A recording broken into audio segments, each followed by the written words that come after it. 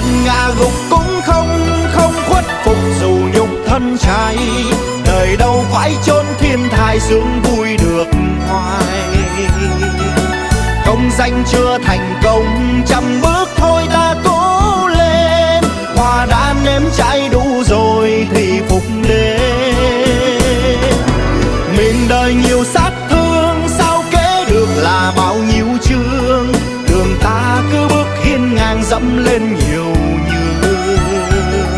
Rồi mai đây ta thành công, đường vẽ vang ta trái hoa. Bận tâm chi cõi ta bà đầy dèm pha.